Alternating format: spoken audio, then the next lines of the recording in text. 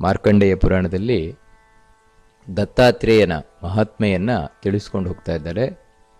ಅದರಲ್ಲಿ ದತ್ತಾತ್ರೇಯನ ವಿಶೇಷವಾದ ಮಹಿಮೆಯನ್ನು, ದತ್ತಾತ್ರೇಯನ ಉಪದೇಶ, ಅದೇ ದತ್ತಯೋಗ, ಅದನ್ನು ತಿಳಿಸ್ಲಿಕ್ಕೋಸ್ಕರ ಪೂರ್ವಭಾವಿಯಾಗಿ ಅಲರ್ಕನ ಕಥೆಯನ್ನು ತಿಳಿಸ್ತಾ ಇದ್ದಾರೆ. ಮದಾಲಸ ಹಾಗೂ ಋತಧ್ವಜ ಇವರಿಬ್ಬರ ದಾಂಪತ್ಯದಿಂದ ಹುಟ್ಟಿದವನು ಅಲರ್ಕ. ಆದರೆ ಈ ಅಲರ್ಕ ಪುಟ್ಟ ಮಗುವಾಗಿದ್ದಾಗಲೇ ನಡೆದಂತಹ ಘಟನೆಯನ್ನು ವಿವರಿಸ್ಕೊಂಡು ಬರ್ತಾ ಇದ್ದಾರೆ. ಈ ಅಲರ್ಕನಿಗಿಂತ ಮೊದಲು 3 ಮಕ್ಕಳಾಗಿದ್ದರು. ಆ 3 ಮಕ್ಕಳಿಗೆ ನಾಮಕರಣ ಮಾಡಿದಾಗಲೂ ಕೂಡ ಇವಳು ನಕ್ಕಿದ್ಲು ಮದಾಲಸ. ನಂತರ ಆ ಮಕ್ಕಳಿಗೆ ವೈರಾಗ್ಯದ ಉಪದೇಶವನ್ನು ಮಾಡಿ ಆ 3 ಮಕ್ಕಳು ಕೂಡ ತಾವು ಕಾಡಿಗೆ ತಪಸ್ಸಿಗೆ ಹೋಗುವಾಗ ಮಾಡಿದ್ಲು. ಅದರಿಂದ ಆ ಮೊದಲ 3 ಮಕ್ಕಳೇನಿದ್ದಾರೆ ಅವರು ವೈರಾಗ್ಯದಿಂದ ಕೂಡಿದವರಾಗಿದ್ದರು. ರಾಜ್ಯ ಇದೆಲ್ಲ ನಮಗೇನು ಬೇಡ ಅಂತ. ಆ ರೀತಿ ಈ 4ನೇ ಮಗು ಏನಿದೆ, ಈ 4ನೇ ಮಗುವಿಗೂ ಕೂಡ ಇದೇ ರೀತಿ ಇವಳು ಮಾಡಿಬಿಡ್ತಾಳೆ ಎನ್ನುವಂಥ ಹೆದರಿಕೆಯಿಂದ ಋತಧ್ವಜ ಬಂದು ಆ ಮುದಾಲಸಲ ಬಳಿ ಹೇಳ್ತಾನೆ, ನನಗೆ ನನ್ನದೇ ಆದ ಕೆಲವು ಕರ್ತವ್ಯ ಇದೆ. ರಾಜ್ಯಕ್ಕೆ ಉತ್ತರಾಧಿಕಾರಿಯನ್ನು ನಾನು ಕೊಡಬೇಕು, ಉತ್ತರಾಧಿಕಾರಿಯನ್ನು. ಅಷ್ಟು ಮಾತ್ರ ಅಲ್ಲ, ನನ್ನ ಪಿತೃಗಳ ಋಣವನ್ನು ನಾನು ತೀರಿಸಬೇಕು. ಅದಕ್ಕಾಗಿ ಪಿತೃಗಳ ಕಾರ್ಯವನ್ನು ಮಾಡಲಿಕ್ಕೋಸ್ಕರ, ಪಿತೃಋಣವನ್ನು ತೀರಿಸಲಿಕ್ಕೋಸ್ಕರ ನನಗೆ ಮಗ ಬೇಕು. ನೀನು ಈ ಮಗನನ್ನು ಕೂಡ ಹಾಗೆ ಉಪದೇಶ ಕೊಟ್ಟು, ವೈರಾಗ್ಯದ ಉಪದೇಶ ಕೊಟ್ಟು ಕಾಡಿಗೆ ಕಳಿಸ್ಬಿಟ್ರೆ ಹೇಗೆ? ನನಗೆ ಆ ರೀತಿಯೆಲ್ಲ ಇವನು ರಾಜ್ಯಕ್ಕೆ ಉತ್ತರಾಧಿಕಾರಿಯಾಗಿ, ಉತ್ತಮವಾದ ಉತ್ತರಾಧಿಕಾರಿ ಆಗಬೇಕು. ಆ ರೀತಿ ನೀನು ಮಾಡಬೇಕು ಅಂತ ಹೇಳಿ ಆ ಅಲರ್ಕನನ್ನ ಕುರಿತು ಮದಾಲಸಲ ಬಳಿ ಹೇಳಿದಾಗ ಆಯ್ತು ಅಂತ ಒಪ್ಪಿಕೊಂಡ್ಲು ಮದಾಲಸ ಋತಧ್ವಜನ ಮಾತನ್ನ. ಯಾಕಂದ್ರೆ ಪತಿಯ ಮಾತು ಅಂದ್ರೆ ಅವಳಿಗೆ ಅಷ್ಟು ಶ್ರೇಷ್ಠವಾದದ್ದು. ಅದಕ್ಕೆ ಮೊದಲ 3 ಮಕ್ಕಳಿಗೆ ಅವಳು ಮಾಡಿದ ಉಪದೇಶವೇ ಬೇರೆ ರೀತಿ ಇತ್ತು. ಅದನ್ನು ನಾವು ಹಿಂದೆ ನೋಡಿದ್ವು. ಅಂದ್ರೆ ನಿವೃತ್ತ ಮಾರ್ಗ ಅಂತ ಕರಿತೇವೆ ಅದನ್ನು. ಕೃಷ್ಣ ಇದನ್ನ ಭಗವದ್ಗೀತೆಯಲ್ಲಿ ಹೇಳ್ತಾನೆ, 2 ವಿಧವಾದಂತಹ ಯೋಗ ಇದೆ ಅಂತ. ಒಂದು ಜ್ಞಾನ ಯೋಗ, ಇನ್ನೊಂದು ಕರ್ಮಯೋಗ ಅಂತ. ಆ ಜ್ಞಾನಯೋಗದ ಮಾರ್ಗದಲ್ಲಿ ಹೋಗುವವರ ಚಿಂತನೆ ಯಾವ ರೀತಿ ಇರ್ತದೆ ಅದನ್ನು ನಾವು ಇಲ್ಲಿವರೆಗೆ, ಈಗ ಅವಳು ಹಿಂದೆ 3 ಮಕ್ಕಳಿಗೆ ಹೇಳಿದ್ದು. ಆದರೆ ಇನ್ನೊಂದು ಕರ್ಮಯೋಗ, ಭಗವಂತನನ್ನು ಒಲಿಸ್ಲಿಕ್ಕೆ 2 ಮಾರ್ಗಗಳು ಸಹಾಯಕವೇ. ಇದು ಕರ್ಮಯೋಗ. ಅಂದ್ರೆ ಇಲ್ಲಿ ರಾಜರ್ಷಿಯಾಗಿ ಬದುಕುವಂತಹದ್ದು ಯಾವ ರೀತಿ, ಒಬ್ಬ ವ್ಯಕ್ತಿ ರಾಜನಾಗಿ ಕರ್ಮವನ್ನ ಮಾಡಿಕೊಂಡೇ ಭಗವಂತನನ್ನು ಸೇರುವುದು ಹೇಗೆ, ಅದನ್ನ ಕುರಿತು ಈಗ ಉಪದೇಶವನ್ನ ಮಾಡ್ಕೊಂಡು ಬರ್ತಾಳೆ. ಇದೇ ಈ ಮಾರ್ಕಂಡೇಯ ಪುರಾಣದ ಈ ಭಾಗದ ಒಂದು ವೈಶಿಷ್ಟ್ಯ. ಈ ಮಗುವಿಗೆ ಅಂದ್ರೆ ಈ ಅಲರ್ಕನಿಗೆ ತೊಟ್ಟಿಲಲ್ಲಿ ಹಾಕಿ ತೂಗ್ತಾ ಇದ್ದಾಳೆ.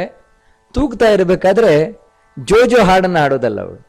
ಆ ಮಗುವಿಗೆ, ಪುಟ್ಟ ಮಗುವಿಗೆ ಅವಳು ಏನು ಹಾಡ್ತಾಳೆ, ಜೋಜೋ ಹಾಡ್ತಾಳೆ ಅಂತ ಹೇಳಿದ್ರೆ ಉಪದೇಶವನ್ನ ಮಾಡ್ತಾ, ಏನಂದ್ರೆ ಪ್ರವೃತ್ತಿ ಮಾರ್ಗದ ಉಪದೇಶವನ್ನ ಮಾಡ್ತಾ ಇದ್ದಾಳೆ. ಧನ್ಯೋ ಸಿರೇಯೋ ವಸುಧಾಂ ಅಶತ್ರುರೇಕಶ್ಚಿರಂ ಪಾಲಯಿತಾಸಿ ಪುತ್ರ ತತ್ಪಾಲನಾದಿಂದ್ರ ಸಮೋಪಭೋಗ್ಯಂ ಧರ್ಮಂ ಫಲಂ ಪ್ರಾಪ್ಸ್ಯಸಿ ಚಾಮರತ್ವಂ. ಹೇ ಮಗು, ನೀನು ಧನ್ಯನಾದವನು ಅಂತ ಹೇಳ್ತಾ ಇದ್ದಾಳೆ. ಅಂದ್ರೆ ನೋಡಿ, ಒಬ್ಬಳು ತಾಯಿ ಮಗುವನ್ನ ಹೇಗೆ ತಯಾರು ಮಾಡ್ತಾಳೆ ಅನ್ನುವುದನ್ನ ಮಾರ್ಕಂಡೇಯ ಪುರಾಣ ಬಹಳ ಸುಂದರವಾಗಿ ತಿಳಿಸ್ಕೊಂಡು ಹೋಗ್ತದೆ. ಅದಕ್ಕಾಗಿ ಅವಳಿಗೆ ಮಾತಾ ಅಂತ ಹೆಸರು.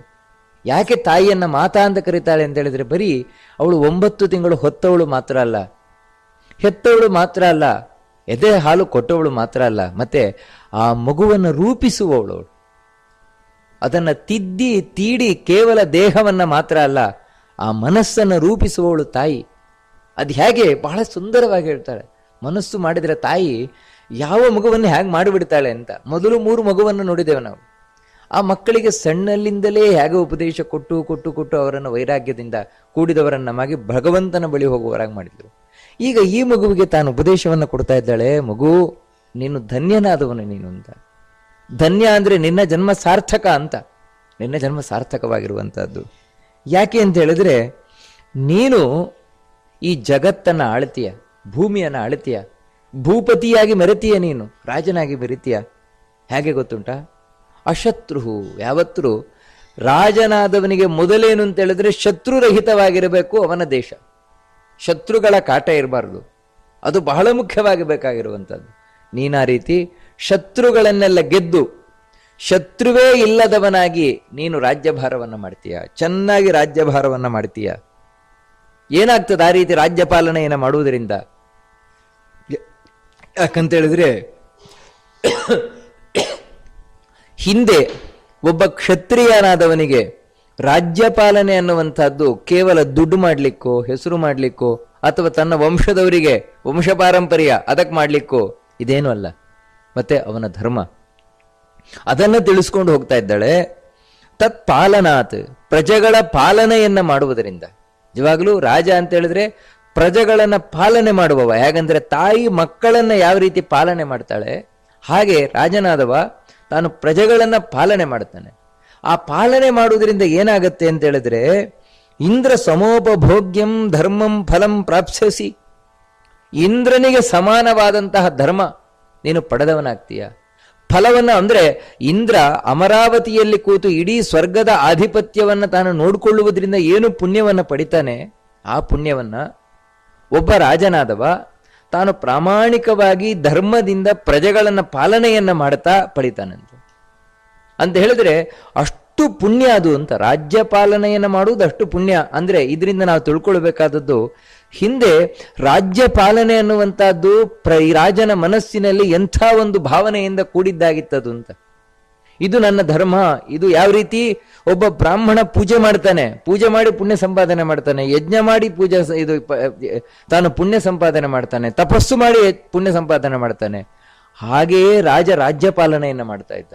ಯಾಕಂದ್ರೆ ಇದು ನನ್ನ ಧರ್ಮ, ಇದರಿಂದ ದೇವರು ಮೆಚ್ಚಿಕೊಳ್ತಾನೆ, ನನಗೆ ದೇವರ ಅನುಗ್ರಹವನ್ನ ಮಾಡ್ತಾನೆ.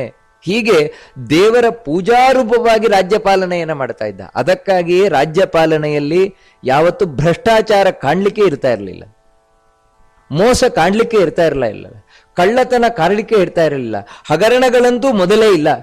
ಯಾಕಂತ ಹೇಳಿದ್ರೆ ಅದು ದೇವರ ಪೂಜೆ. ದೇವರ ಪೂಜೆಯಲ್ಲಿ ಮೋಸ ದಗಲ್ಬಾಜಿ ಎಲ್ಲಿಂದ ಮಾಡ್ಲಿಕ್ಕೆ ಬರ್ತದೆ? ಯಾವಾಗ ಅದು ಒಂದು ದಂಧೆ ಆಯ್ತು, ರಾಜಕಾರಣ ರಾಜನೀತಿ ಅನ್ನುವಂಥದ್ದು ಯಾವಾಗ ದಂಧೆ ಆಯ್ತು, ಆಗ ಎಲ್ಲವೂ ಭ್ರಷ್ಟಾಚಾರ ಹಗರಣ ಪ್ರತಿಯೊಂದು ಆ ರಾಜಕಾರಣದಲ್ಲಿ ಬಂದು ಸೇರ್ಕೊಳ್ತು.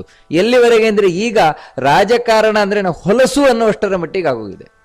ಅದರ ಹಿಂದೆ ಎಂಥ ಒಂದು ಪವಿತ್ರವಾದ ಅದು ನೀತಿಯಾಗಿತ್ತು, ರಾಜನೀತಿ ಅನ್ನುವಂಥದ್ದು ಅಂತ ಇಲ್ಲಿ ನಾವು ಕಾಣಬೇಕಾದದ್ದು. ಮೊದಲ ಮಾತಲ್ಲೇ ಹೇಳುವುದೇ ಅದು. ನೀನು ಆ ರೀತಿ ರಾಜ್ಯ ಪಾಲನೆಯನ್ನು ಮಾಡಿದೆ ಅಂತ ಹೇಳಿದ್ರೆ ಇಂದ್ರನಿಗೆ ಸಮಾನವಾದ ಧರ್ಮವನ್ನು ಪಡಿತೀಯ. ಇಲ್ಲಿರುವಷ್ಟು ಕಾಲವೂ ಕೂಡ ನೀನು ದೇವತೆಯಾಗಿ ಮೆರೆತೀಯ. ಸತ್ತ ಮೇಲೂ ಕೂಡ, ದೇಹವನ್ನು ಬಿಟ್ಟ ಮೇಲೂ ಕೂಡ ಅಮರತ್ವಂ, ದೇವತಾ ಸ್ಥಾನವನ್ನು ಪಡಿತೀಯ ನೀನು. ಯಾಕಂದ್ರೆ ಅಷ್ಟು ಪುಣ್ಯಪ್ರದವಾದದ್ದು ರಾಜ್ಯಪಾಲನೆಯನ್ನು ಮಾಡುವುದು. ಆ ರೀತಿ ನೀನು ಮಾಡಬೇಕು ಮಗು ಅಂತ ಸಣ್ಣಲ್ಲಿಂದಲೇ ಈ ಮಗುವಿಗೆ ಉಪದೇಶ ಮಾಡ್ತಾ ಇದ್ದಾಳೆ. ಯಾಕಂದ್ರೆ ಗಂಡ ಹೇಳಿದಾನಲ್ವ, ಪತಿ ಹೇಳಿದಾರಲ್ವಾ, ನೋಡು ನನಗೊಬ್ಬ ಉತ್ತರಾಧಿಕಾರಿ ಬೇಕು ಅಂತ. ಅಂದ್ರೆ ಒಬ್ಬ ಉತ್ತರಾಧಿಕಾರಿಯನ್ನು ಹೇಗೆ ತಾನು ತಯಾರು ಮಾಡಬೇಕು ಇವಳಿಂದ ಕಲ್ತ್ಕೊಳ್ಬೇಕು. ಇವತ್ತೋ ನಾಳೆಯೋ ನೋಡಿ ನಾಡಿದ್ದು ಅವನನ್ನು ಉತ್ತರಾಧಿಕಾರಿಯಾಗಿ ಮಾಡಿಬಿಡೋದಲ್ಲ, ಮತ್ತೆ ಸಣ್ಣಲ್ಲಿಂದಲೂ ಆ ಮಗುವನ್ನ ಹೇಗೆ ತಯಾರು ಮಾಡ್ತಾ ಇದ್ದಾಳೆ. ಅಷ್ಟು ಮಾತ್ರ ಅಲ್ಲಿ ಹೇಳ್ತಾಳೆ, ಧರ ಅಮರಾನ್ ಪರ್ವ ಸುತರ್ಪಯೇಥಾಹ ಸಮೇಹಿತಂ ಬಂಧುಷು ಪೂರಯೇಥಾಹ ಹಿತಂ ಪರಸ್ಮೈ ಹೃದಯ ಚಿಂತಯೇಥಾಹ ಮನಃಪರ ಸ್ತ್ರೀಷು ನಿವರ್ತಯೇಥಾಹ. ಆ ಪುಟ್ಟ ಮಗುವಿಗೆ ತೊಟ್ಟಿಲೆಲ್ಲ ಹಾಕಿ ತೂಗ್ತಾ ಹೇಳ್ತಾಳೆ, ನೋಗುಣ್ ಮಗು, ನಿನ್ನ ಜೀವನದಲ್ಲಿ ಯಾವತ್ತು ಬ್ರಾಹ್ಮಣರನ್ನು ತೃಪ್ತಿಪಡಿಸು, ಬ್ರಾಹ್ಮಣರು ಸಂತುಷ್ಟರಾಗಿರಬೇಕು, ಬ್ರಾಹ್ಮಣರು ಸಂತೋಷ ಪಡಬೇಕು. ಅದಕ್ಕೋಸ್ಕರ ವಿಶೇಷವಾಗಿ ಪರ್ವಕಾಲಗಳಲ್ಲಿ ಸಂಕ್ರಮಣ, ಅಮಾವಾಸ್ಯ, ಯುಗಾದಿ ಇಂಥ ಪರ್ವಕಾಲಗಳೇನಿದೆ, ಪರ್ವಕಾಲಗಳಲ್ಲಿ ಬ್ರಾಹ್ಮಣರಿಗೆ ದಾನ ದಕ್ಷಿಣೆ ಭೋಜನ ಮುಂತಾದವುಗಳನ್ನೆಲ್ಲ ಕೊಟ್ಟು ತೃಪ್ತಿಪಡಿಸು ನೀನು. ಅಲ್ಲ, ಯಾಕೆ ಬ್ರಾಹ್ಮಣರನ್ನೇ ಯಾಕೆ ತೃಪ್ತಿಪಡಿಸಬೇಕು ಅಂತ ಹೇಳಿದ್ರೆ, ನಾವು ಯಾರನ್ನ ಬ್ರಾಹ್ಮಣರು ಅಂತ ಕರಿತೇವೆ, ಕೇವಲ ಜನಿವಾರ ಹಾಕಿಕೊಂಡವನಷ್ಟೇ ಬ್ರಾಹ್ಮಣ ಅಲ್ಲ, ಜುಟ್ಟು ಬಿಟ್ಟವನಷ್ಟೇ ಬ್ರಾಹ್ಮಣ ಅಲ್ಲ, ನಾಮ ಹಾಕಿದವನಷ್ಟೇ ಬ್ರಾಹ್ಮಣ ಅಲ್ಲ. ಬ್ರಾಹ್ಮಣ ಅಂತ ಹೇಳಿದ್ರೆ ಆ ಶಬ್ದವೇ ಹೇಳ್ತಾ ಇರುವ ಹಾಗೆ, ಬ್ರಹ್ಮ ಅಂತ ಹೇಳಿದ್ರೆ ದೇವರು. ಆ ದೇವರನ್ನ ಕುರಿತು ಯಾರು ಹೊರಟಿದ್ದಾನೆ, ದೇವರನ್ನ ಕಾಣುವುದು, ದೇವರ ಅನುಗ್ರಹವನ್ನ ಪಡೆಯುವುದೇ ನನ್ನ ಜೀವನದ ಮುಖ್ಯ ಗುರಿಯಿಂದ ಯಾರು ತಿಳ್ಕೊಂಡಿದ್ದಾನೋ ಅವನು ಬ್ರಾಹ್ಮಣ. ಅದರಿಂದಾಗಿ ಅವನಿಗೆ ಜೀವನದಲ್ಲಿ ಸ್ವಾರ್ಥ ಮುಖ್ಯ ಅಲ್ಲ, ಪರಾರ್ಥ ಮುಖ್ಯ. ದೇವರು ಮುಖ್ಯ ಅವನಿಗೆ. ಆ ದೇವರಿಗೋಸ್ಕರ ಸಾಧನೆ ಮಾಡುವುದು ಮುಖ್ಯ. ಅದಕ್ಕೆ ಅವನಿಗೆ ದುಡ್ಡು ಬೇಕಾಗಿಲ್ಲ, ಅವನಿಗೆ ಆಸ್ತಿ ಬೇಕಾಗಿಲ್ಲ, ದೇವರು ಬೇಕು ಅವನಿಗೆ. ಇವನು ಬ್ರಾಹ್ಮಣ. ಅಂಥ ಬ್ರಾಹ್ಮಣನಿಗೆ ಏನು ಕೊಟ್ಟರು ಕೂಡ ವ್ಯರ್ಥ ಅಲ್ಲ. ಯಾಕಂದ್ರೆ ಅವನು ಯಾವುದೂ ಸ್ವಾರ್ಥಕ್ಕೆ ಖರ್ಚು ಮಾಡೋಲ್ಲ. ಅಂದ್ರೆ ನೋಡಿ, ಹಿಂದೆ ಬ್ರಾಹ್ಮಣರು ಅಂದ್ರೆ ಆ ರೀತಿ ಇದ್ರು. ಅವರಿಗೆ ಏನು ಕೊಟ್ಟರು ಅದು ಹೋಗಿ ದೇವರ ಹತ್ರ ಮುಟ್ತದೆ ಅಂತ. ಬ್ರಾಹ್ಮಣರಿಗೆ ಏನೇ ಕೊಡ್ಲಿ ಅದು ದೇವರಿಗೆ ಮುಟ್ತದೆ. ಯಾಕಂದ್ರೆ ಅವ್ರು ಏನು ಕೊಟ್ಟರು ಎಲ್ಲ ದೇವರಿಗೆ ಉಪಯೋಗ ಮಾಡುವುದು, ಯಜ್ಞ ಯಾಗ ಇದಕ್ಕೆ ಉಪಯೋಗ ಮಾಡ್ತಾರೆ ಅವರು. ಬ್ರಾಹ್ಮಣನಿಗೆ ಕೊಟ್ಟದ್ದು ಯಾವತ್ತೂ ವ್ಯರ್ಥ ಅಲ್ಲ. ಅದಕ್ಕೆ ಬ್ರಾಹ್ಮಣರನ್ನು ಮೊದಲು ತೃಪ್ತಿಗೊಳಿಸು, ಯಾಕಂದ್ರೆ ಅದರಿಂದ ಭಗವಂತ ಸಂತೃಪ್ತನಾಗ್ತಾನೆ. ದೇವರು ಯಾವತ್ತು ತನ್ನನ್ನು ಸಂತೃಪ್ತಿಗೊಳಿಸುವುದಕ್ಕಿಂತಲೂ ತನ್ನ ಭಕ್ತರೇನಿದ್ದಾರೆ ಅವರನ್ನು ಸಂತೃಪ್ತಿಗೊಳಿಸಿದರೆ ತಾನು ಸಂತುಷ್ಟನಾಗ್ತಾನಂತೆ. ಅದಕ್ಕೆ ದಾಸರು ಒಂದು ಕಡೆ ಹೇಳುವುದುಂಟು, ನೀನು ದೊಡ್ಡವನು, ನಿನ್ನ ದಾಸರು ದೊಡ್ಡವರು ಅಂತ. ಕಾರಣ ಏನಂದ್ರೆ, ಹಿರಣ್ಯಕಶಿಪು ವಿಷ್ಣುವನ್ನ ದ್ವೇಷ ಮಾಡಿದ್ರು ದೇವರು ಬರಲಿಲ್ಲ. ಆದರೆ ವಿಷ್ಣು ಭಕ್ತನಾದ ಪರಮ ಭಾಗವತನಾದ ಪ್ರಹ್ಲಾದನನ್ನು ಯಾವಾಗ ದ್ವೇಷ ಮಾಡಿದ, ಆಗ ತಡ್ಕೊಳ್ಳಿಕ್ಕಾಗದೆ ಕಂಬದಿಂದ ಬಂದ. ಅದಕ್ಕೆ ಬೆಳಗ್ಗೆ ಎದ್ದು ಪೂಜೆ ಮಾಡಬೇಕಾದ್ರೆ ಒಂದು ಮಂತ್ರವೇ ಹೇಳುವುದುಂಟು, ವೈಷ್ಣವ ದ್ವೇಷ ಹೇತೂನ್ಮೇ ಭಸ್ಮಸಾತ್ ಕುರು ಮಾಧವ ಅಂತ. ದೇವರೇ, ನಿನ್ನ ಭಕ್ತರನ್ನ ದ್ವೇಷ ಮಾಡುವುದು ನನ್ನ ಮನಸ್ಸಿನಲ್ಲಿ ಏನಾದರೂ ಕೂತಿದ್ರೆ ಅದನ್ನು ಭಸ್ಮ ಮಾಡಿಬಿಡು ಅಂತ. ಯಾಕಂದ್ರೆ ಭಗವದ್ ಭಕ್ತರನ್ನ ನಾವು ದ್ವೇಷ ಮಾಡಿದರೆ ದೇವರಿಗೆ ಎಷ್ಟು ಪೂಜೆ ಮಾಡಿದರೂ ವ್ಯರ್ಥವೇ, ಅದೇನು ಪ್ರಯೋಜನಕ್ಕೆ ಬರುವುದಿಲ್ಲ. ವಾಲಿಯ ಕಥೆ ಆಗ್ತದೆ. ವಾಲಿ ರಾಮನ ಭಕ್ತ ನಿಜವಾಗಿಯೂ ಕೂಡ, ಆದರೆ ಆ ರಾಮನ ಮಹಾಭಕ್ತನಾದ ಹನುಮಂತನನ್ನು ದ್ವೇಷ ಮಾಡ್ತಾ ಇದ್ದ, ಸುಗ್ರೀವನನ್ನು ದ್ವೇಷ ಮಾಡ್ತಾ ಇದ್ದ. ಅದರಿಂದಾಗಿ ಅವನ ಅವಸಾನ ಆ ರೀತಿ ಆಯಿತು ವಾಲಿಯದ್ದು. ಅದರಿಂದಾಗಿಯೇ ಯಾವತ್ತು ಭಗವದ್ಭಕ್ತರೇನಿದ್ದಾರೆ ಭಗವದ್ಭಕ್ತರನ್ನ ನೀನು ಸಂತೃಪ್ತಗೊಳಿಸ್ತಾ ಇರೋದೇ ಬ್ರಾಹ್ಮಣರನ್ನ. ಹಾಗೆಯೇ ಸಮೀಹಿತಂ ಬಂಧುಷು ಪೂರಯೇಥಾಹ. ನೋಡು, ನಿನಗೆ ಬ್ರಾಹ್ಮಣರ ಅನುಗ್ರಹ ರಕ್ಷಾ ಕವಚವಾಗಿ ಹೊರಗೆ ನಿಂದಿರ್ತದೆ. ಆದರೆ ನೀನು ಮನೆಯಲ್ಲಿ ಇರಬೇಕು ಅಂತ ಹೇಳಿದ್ರೆ ರಾಜನಾದವನಿಗೆ ಬರೀ ರಾಜ್ಯ ಪಾಲನೆ ದೇಶ ಪಾಲನೆ ಮಾತ್ರ ಕರ್ತವ್ಯ ಅಲ್ಲ, ಕುಟುಂಬ ಪಾಲನೆಯೂ ಕರ್ತವ್ಯ. ಯಾಕಂದ್ರೆ ಎಷ್ಟೋ ಕಡೆ ಇವತ್ತು ಯಾವ ರೀತಿ ಆಗ್ತದೆ ಅಂತ ಹೇಳಿದ್ರೆ, ಇಡೀ ಊರಿನಲ್ಲೆಲ್ಲ ಇವರು ಬಹಳ ಪ್ರಸಿದ್ಧ, ಊರಿನಲ್ಲಿ ಎಲ್ರಿಗೆ ಬೇಕಾಗಿದ್ದನ್ನ ಮಾಡ್ತಾರೆ, ಎಲ್ಲಾ ಕಡೆ ಇದ್ದಾರೆ. ಇವ್ರು ಯಾವತ್ತೂ ಊರಿನಲ್ಲಿ ಜನರೊಟ್ಟು ಮಧ್ಯದಲ್ಲೇ ಇರುವುದು, ಆದರೆ ಮನೆಯಲ್ಲಿ ಹೆಂಡತಿ ಮಕ್ಕಳಿಗೆ ಏನಿಲ್ಲ. ಅಂದ್ರೆ ಹೆಂಡತಿ ಮಕ್ಕಳಿಗೆ ಇವ್ರು ನೋಡ್ಲಿಕ್ಕೂ ಕೂಡ ಸಿಗೋಲ್ಲ. ಅಲ್ಲ, ನಿಜವಾಗ್ಲೂ ಕೂಡ ಹೆಂಡತಿ ಮಕ್ಕಳು ಕೂಡ ರಾಜ್ಯದ ಒಬ್ರು ಪ್ರಜೆ ಇಲ್ವಾ? ಅವರದ್ದು ಇವನು ಚಿಂತನೆ ಮಾಡಬಹುದು ಮುಖ್ಯ ತಾನೆ. ಬಂಧುಗಳು, ಯಾಕಂದ್ರೆ ರಾಜನಾದ ಅಂತ ಹೇಳಿದ್ರೆ ಬಂಧುಗಳು ತಾವು ಕೂಡ ತಮ್ಮ ಕಷ್ಟವನ್ನು ಪರಿಹಾರ ಮಾಡಿಕೊಳ್ಬೇಕು ಅಂತ ಬರ್ತಾರೆ. ಅದಕ್ಕೆ ಹೇಳ್ತಾರೆ, ಇವಳು ಹೇಳ್ತಾರೆ ಸಮೀಹಿತಂ ಬಂಧುಷು ಪೂರಯಿತಃ. ನೋಡು, ನಿನ್ನ ಬಂಧು ಬಾಂಧವರೇನಿದ್ದಾರೆ ಆ ಬಂಧು ಬಾಂಧವರು ಏನು ಇಚ್ಛೆ ಪಡ್ತಾರೆ, ಒಳ್ಳೆಯ ಇಚ್ಛೆಗಳೇನಿದೆ ಅದನ್ನು ಪೂರಣೆ ಮಾಡುವುದು ನಿನ್ನ ಕರ್ತವ್ಯ. ಅವರ ಯೋಗಕ್ಷೇಮವನ್ನು ನೋಡ್ಕೊಳ್ಬೇಕು. ರಾಜ್ಯ ದೇಶ ಈ ಭರದಲ್ಲಿ ನಿನ್ನವರನ್ನ ಮರಿಬೇಡ. ಹಾಗಂತ ನಿನ್ನವರನ್ನೇ ಪೋಷಣೆ ಮಾಡುವ ಭರದಲ್ಲಿ ದೇಶವನ್ನು ಮರಿಬೇಡ. ಈ ಎರಡೂ ಕೂಡ ವಿರುದ್ಧವಾದದ್ದು. ಯಾಕಂದ್ರೆ ಈಗಿನ ರಾಜಕಾರಣ ಯಾಗಂತ ಹೇಳಿದ್ರೆ ತಮ್ಮ ಬಂಧುಗಳನ್ನ ತಮ್ಮ ಮನೆಯನ್ನೇ ಗಟ್ಟಿ ಮಾಡಿಕೊಳ್ಳುವಂತಹ ಒಂದು ಪರಿಸ್ಥಿತಿಯಲ್ಲಿ ದೇಶ ರಾಜ್ಯವನ್ನೇ ಮರೆತು ಬಿಡ್ತಾರೆ, ಅದರ ಹಿತವನ್ನೇ ಮರೆತು ಬಿಡುವಂತಹ ಸ್ವಾರ್ಥ ರಾಜಕಾರಣ ಇವತ್ತು. ಹಾಗಂತೇಳಿ ಕೆಲವರು ನಾವು ಮಹಾ ಆದರ್ಶ ಅಂತೇಳಿ ಇಡೀ ದೇಶವನ್ನು ಉದ್ಧಾರ ಮಾಡ್ತೇನೆ ಎಂದು ಹೊರಟು ತನ್ನ ಬಂಧುಗಳನ್ನೇ ಮರೆಯುವಂತಹದ್ದು, ಅದು ಇನ್ನೊಂದು ರೀತಿಯಾದಂತಹ ವ್ಯರ್ಥವಾದ ರಾಜಕಾರಣ. ಆ ಎರಡೂ ಅಲ್ಲ. ನೀನು ಪ್ರಜೆಗಳನ್ನ ದೇಶವನ್ನ ಚೆನ್ನಾಗಿ ನೋಡ್ಕೊಳ್ಬೇಕು, ಹಾಗೆಯೇ ಅದರೊಟ್ಟಿಗೆ ಬಂಧುಗಳನ್ನು ನೋಡ್ಕೊಳ್ಬೇಕು. ಯಾಕೆ ಅಂತ ಹೇಳಿದ್ರೆ ಯಾವತ್ತೂ ನಾವು ಕಷ್ಟದಲ್ಲಿದ್ದಾಗ ನಮ್ಮೊಟ್ಟಿಗೆ ಬರುವುದು ಬಂಧುಗಳು ಅಂತ ಮಾತ್ರ. ಅವ್ರು ಯಾರು ಬೇಕಾದ್ರೆ ಆಗಲಿ ಬಂಧುಗಳೇ ಬರುವುದು. ಒಂದೊಮ್ಮೆ ಬಂಧುಗಳನ್ನು ದೂರ ಮಾಡಿಕೊಂಡು ಬದುಕಿದ್ರು ಕೂಡ, ಎಂಥ ರಾಜ್ಯದ ಮುಖ್ಯಮಂತ್ರಿ ಆದರೂ ಕೂಡ ಕೇಳುವವರಿಲ್ಲದೆ ಸಾಯ್ಬೇಕಾಗ್ತದೆ. ಇದನ್ನು ನಾವು ಕಣ್ಣು ಮುಂದೆ ನಡೆದ ದೃಷ್ಟಾಂತ ನಾವು ನೋಡ್ತೇವೆ. ಬಂಧುಗಳನ್ನೆಲ್ಲ ದೂರ ಮಾಡಿ ಬದುಕಿಸಂತಹ ಒಬ್ಬಳು ಮುಖ್ಯಮಂತ್ರಿಯೂ ಕೂಡ ಯಾರೋ ಮೂರನೆಯವರನ್ನು ನಂಬಿಕೊಂಡು, ತನ್ನವರನ್ನ ಬಂಧುಗಳನ್ನ ಬಿಟ್ಟು ಮೂರನೆಯವನ್ನ ಹತ್ಕೊಂಡು ಕಡೆಗೆ ಮೂರನೆಯವರ ಕುತ್ತಾದ್ರು. ಇದನ್ನು ನಾವು ದೃಷ್ಟಾಂತದ ಸಹಿತವಾಗಿ ಇತ್ತೀಚೆಗೆ ನೋಡಿದ್ದೇವೆ. ಅದರಿಂದಾಗಿ ಬಂಧುಗಳನ್ನು ದೂರ ಮಾಡ್ಕೊಳ್ಬೇಡ, ಅವ್ರಿಗೆ ಬೇಕಾಗಿದ್ದನ್ನು ಮಾಡ್ತಾ ಇರು. ಬಹಳ ಸುಂದರವಾದ ರಾಜನೀತಿಯನ್ನ ಸಣ್ಣಲ್ಲೇ ಉಪದೇಶ ಮಾಡ್ತಾಳೆ. ಅಷ್ಟು ಮಾತ್ರ ಅಲ್ಲ, ಹಿತಂ ಪರಸ್ಮೈ ಹೃತಿ ಚಿಂತೆಯೇಥಾಹ. ಮನಸ್ಸಿನಲ್ಲಿ ಯಾವತ್ತೂ ಚಿಂತನೆ ಮಾಡ್ತಾ ಇರಬೇಕು. ಏನ್ ಚಿಂತನೆ ಮಾಡ್ತಾ ಇರಬೇಕು? ಎಷ್ಟು ಚಂದವಾದ ಮಾತು ಮದಾಲಸಳದ್ದು ಅಂತ ಹೇಳಿದ್ರೆ, ನಾವು ಚಿಂತನೆ ಮಾಡ್ತಾ ಇರ್ತೇವೆ. ಏನ್ ಚಿಂತನೆ ಮಾಡ್ತಾ ಇರ್ತೇವೆ ಅಂದ್ರೆ ನನ್ನ ಯೋಗಕ್ಷೇಮದ ಬಗ್ಗೆ, ನಮ್ಮವರ ಯೋಗಕ್ಷೇಮದ ಬಗ್ಗೆ. ಇದೇ ನಾವು ಚಿಂತನೆ ಮಾಡ್ತಾ ಇರುವಂತಹದ್ದು ಯಾವತ್ತೂ ಕೂಡ. ಆದರೆ ಇಲ್ಲಿ ಹೇಳ್ತಾಳೆ ಮದಾಲಸ, ನೋಡಿ, ಯಾವತ್ತೂ ಚಿಂತನೆ ಮಾಡಬೇಕಾದದ್ದು ಯಾರ ಬಗ್ಗೆ ಅಂತ ಹೇಳಿದ್ರೆ ನನ್ನ ಬಗ್ಗೆ ಅಲ್ಲ, ಪರರ ಬಗ್ಗೆ. ಪರರ ಬಗ್ಗೆ ಚಿಂತನೆಯನ್ನು ಮಾಡು, ಉಳಿದವರ ಬಗ್ಗೆ ಚಿಂತನೆ ಮಾಡು. ಅವರು ಹೇಗೆ ಉದ್ಧಾರ ಆಗ್ತಾರೆ ಅವ್ರ ಬಗ್ಗೆ ಚಿಂತನೆ ಮಾಡು. ಒಬ್ಬ ರಾಜನಾದವನ ಮುಖ್ಯ ಕರ್ತವ್ಯ ಅದು, ಪ್ರಜೆಗಳ ಬಗ್ಗೆ ಪರರ ಬಗ್ಗೆ ಚಿಂತನೆ ಮಾಡುವುದು. ಅದೇ ರೀತಿ ಇನ್ನೊಂದು ಅರ್ಥವನ್ನು ಮಾಡಬಹುದು. ಏನು ಅಂತ ಹೇಳಿದ್ರೆ ಹಿತಂ ಪರಸ್ಮೈ ಹೃದಿ ಚಿಂತೆಯೇತಾಹ. ಯಾವತ್ತು ಇನ್ನೊಬ್ಬರಿಗೆ ಹಿತವನ್ನ ಮಾಡ್ಲಿಕ್ಕೋಸ್ಕರ ಪರರು ಅಂತ ಹೇಳಿದ್ರೆ ತನ್ನ ಬಂಧುಗಳಿಗಿಂತ ಬೇರೆಯಾಗಿರುವಂಥವ್ರು, ಬಡವರಿರ್ಬೋದು, ಯಾರು ಸಜ್ಜನರಿದ್ದಾರೆ ಅವರ ಹಿತವನ್ನ ಯಾವತ್ತೂ ಚಿಂತನೆ ಮಾಡ್ತಾ ಇರು. ಅದೇ ಮನಸ್ಸಿನಲ್ಲಿ ಯಾವುದೇ ಕಾರಣಕ್ಕೂ ಕೂಡ ಪರಸ್ತ್ರೀಯನ್ನು ಚಿಂತನೆ ಮಾಡಬೇಡ. ಪರಸ್ತ್ರೀ ಚಿಂತನೆ ಯಾವತ್ತೂ ಮನಸ್ಸಲ್ಲೇ ಮಾಡಬೇಡ. ಯಾಕಂದ್ರೆ ಅದು ನಿನ್ನನ್ನು ಬಹಳ ಕೆಟ್ಟ ಮಾರ್ಗದಲ್ಲಿ ಕರ್ಕೊಂಡು ಹೋಗ್ಬಿಡುತ್ತದೆ. ಇಲ್ಲಿ ಬರೀ ಹೆಣ್ಣು ಅಂತ ಹೇಳಿದ್ರೆ ಹೆಣ್ಣು ಹೊನ್ನು ಮಣ್ಣು ಮೂರೂ ಬಂತು.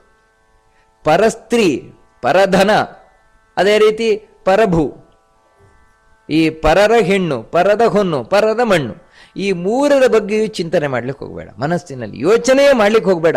ಬಯಸುವುದಿರಲಿ, ಯೋಚನೆಯೇ ಮಾಡ್ಲಿಕ್ಕೆ ಹೋಗಬಾರ್ದು. ಯಾಕಂದ್ರೆ ಯೋಚನೆ ಮಾಡುವುದರಿಂದಲೇ ಮುಂದೆ ಆಸೆ ಹುಟ್ಟುಕೊಳ್ಳೋದು. ಕೃಷ್ಣ ಭಗವದ್ಗೀತೆಯಲ್ಲಿ ಹೇಳಿದಾಗೆ ಯಾವತ್ತು ಆಸೆ ಅಂತ ಹೇಳುವುದು ತನ್ನಷ್ಟಕ್ಕೆ ಹುಟ್ಟುಕೊಳ್ಳಲ್ಲ.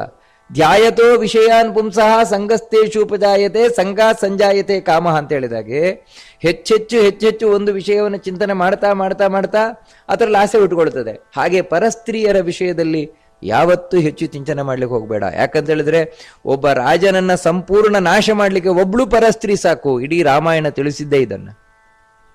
ಸೀತೆಯ ಬಗ್ಗೆ ಅವನು ಕಣ್ಣು ಹಾಕಿದ್ದೆ ರಾವಣನ ಅಂತ್ಯಕ್ಕೆ ಕಾರಣ ಆಯಿತು. ಇಲ್ಲದೇ ಇದ್ರೆ ಅವನು ಬಹಳ ಚೆನ್ನಾಗಿರ್ತಾ ಇದ್ದ, ಇನ್ನು ಸಾವಿರಾರು ವರ್ಷಗಳ ಕಾಲ ಬಾಳ್ತಾ ಇದ್ದ.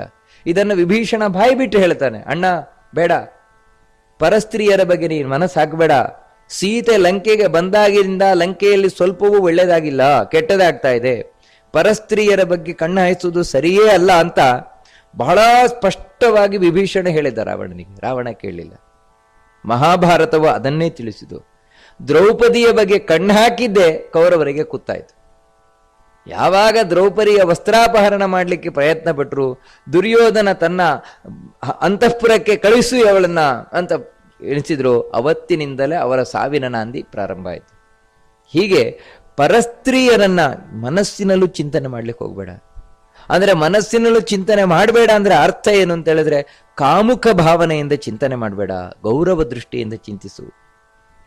ಗೌರವ ಭಾವನೆಯಿಂದ ನೋಡು, ತಾಯಿಯಾಗಿಯೋ ಅಕ್ಕಳಾಗಿಯೋ ತಂಗಿಯಾಗಿ ಆ ಭಾವನೆಯಿಂದ ನೋಡು, ಹೊರದು ಕೆಟ್ಟ ಭಾವನೆ ಯಾವತ್ತೂ ಬೇಡ. ಯಾಕಂದ್ರೆ ಅದು ಮಹಾ ಅಪಾಯಕಾರಿ.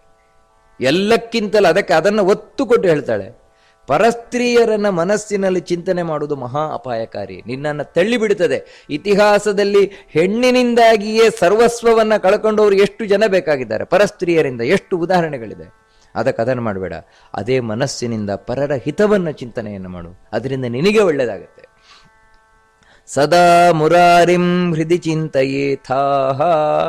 ಅದೇ ಮನಸ್ಸಿನಲ್ಲಿ ಪರರ ಬಗ್ಗೆ ಒಂದು ಚಿಂತನೆ ಮಾಡ್ತೀಯಲ್ವಾ, ಅದೇ ಮನಸ್ಸಿನಲ್ಲಿ ಮುಖ್ಯವಾಗಿ ಮಾಡಬೇಕಾದದ್ದು ಹರಿಯ ಬಗ್ಗೆ ಚಿಂತನೆ ಮಾಡು. ಹರಿಯ ಚಿಂತನೆ ಆ ಮನಸ್ಸಿನಲ್ಲಿ ಬಹಳ ಮುಖ್ಯವಾಗಿ ಬೇಕಾದದ್ದು. ಅಂದ್ರೆ ನೋಡಿ, ಮದಾಲಸಲ ಒಂದು ಉಪದೇಶ ಎಷ್ಟು ಚೆನ್ನಾಗಿದೆ ಅಂತ ಹೇಳಿದ್ರೆ, ಅವಳು ಹೇಳ್ಬೋದಿತ್ತು ಹರಿಯ ಭಜನೆಯನ್ನು ಮಾಡು ಅಂತ ಹೇಳ್ಬೋದಿತ್ತು, ಹರಿ ದೇವಸ್ಥಾನಕ್ಕೆ ಹೋಗ್ಬೋದು ಅಂತ ಹೇಳ್ಬೋದಿತ್ತು, ವಿಷ್ಣು ದೇವಸ್ಥಾನಕ್ಕೆ ಹೋಗು, ವಿಷ್ಣುವಿನ ಭಜನೆಯನ್ನು ಮಾಡು, ವಿಷ್ಣುವಿನ ಸ್ತೋತ್ರವನ್ನು ಹೇಳು, ವಿಷ್ಣುವಿನ ತೀರ್ಥಯಾತ್ರೆಯನ್ನು ಮಾಡು, ಈ ರೀತಿ ಎಲ್ಲ ಹೇಳ್ಬೋದಿತ್ತು. ಇದೆಲ್ಲವನ್ನ ಬಿಟ್ಟು ಅವಳು ಹೇಳಿದ್ದೇನಂತ ಹೇಳಿದ್ರೆ, ಸದಾ ಮುರಾರಿಂ ಹೃದಯ ಚಿಂತೆಯೇಥಾಹ. ಯಾವತ್ತೂ ಮುರಾರಿಯನ್ನ ಮನಸ್ಸಿನಲ್ಲಿ ಚಿಂತನೆಯನ್ನು ಮಾಡ್ತಾ ಇರು, ಕೃಷ್ಣನನ್ನ ಮನಸ್ಸಿನಲ್ಲಿ ಚಿಂತನೆಯನ್ನು ಮಾಡ್ತಾ ಇರು. ಯಾಕಂದ್ರೆ ಇದರಿಂದಲೇ ಉಳಿದದ್ದೆಲ್ಲವೂ ಸಾರ್ಥಕ ಆಗುದು. ಭಜನೆ ಮಾಡುವುದಿರ್ಬೋದು, ಸ್ತೋತ್ರ ಹೇಳುವುದಿರ್ಬೋದು, ದೇವಸ್ಥಾನಕ್ಕೆ ಹೋಗುವುದಿರ್ಬೋದು, ತೀರ್ಥಯಾತ್ರೆ ಮಾಡುವುದಿರ್ಬೋದು, ಇವೆಲ್ಲವೂ ಕೂಡ ಯಾಕೋಸ್ಕರ ಅಂದ್ರೆ ನಮ್ಮ ಮನಸ್ಸಿನಲ್ಲಿ ಭಗವಂತನ ಚಿಂತನೆ ಬರಬೇಕು. ಅದಕ್ಕೆ ಅದಿದ್ರೇ ಇವೆಲ್ಲ ಸಾರ್ಥಕ. ಇಲ್ಲದೇ ಇದ್ರೆ ಇವೆಲ್ಲ ಬೂಟಾಟಿಕೆ ಆಗ್ತದೆ. ಬಹಳ ಮುಖ್ಯವಾಗಿ ಬೇಕಾದದ್ದು ದೇವರ ಚಿಂತನೆ ಮನಸ್ಸಿನಲ್ಲಿ. ಅದಕ್ಕೆ ನಿನ್ನ ಹೃದಯದಲ್ಲಿ ಮನಸ್ಸಿನಲ್ಲಿ ಭಗವಂತನನ್ನ ಚಿಂತನೆ ಮಾಡ್ತಾ ಇರು. ಚಿಂತನೆ ಅಂತ ಹೇಳಿದ್ರೇನು? ಚಿಂತನೆ ಅಂತ ಹೇಳಿದ್ರೆ ಕೃಷ್ಣ ಕೃಷ್ಣ ಕೃಷ್ಣ ಅಂತ ಹೇಳ್ತಾ ಇರೋದು, ರಾಮ ರಾಮ ಹಾ ಹಾ, ಭಗವಂತನ ರೂಪದ ಚಿಂತನೆ ಮಾಡ್ತಾ ಇರುವಂಥದ್ದು.